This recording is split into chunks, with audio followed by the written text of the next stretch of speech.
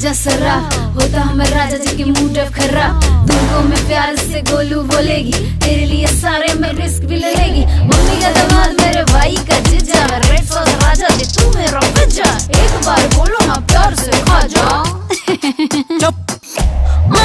हमरे राजा खुला बाजार राजा, समय न करे जा भाव जाने खाब सटकत माथे न खा तू हमरा भेजा। ए आओ हमरे राजा खुला बा दरवाजा,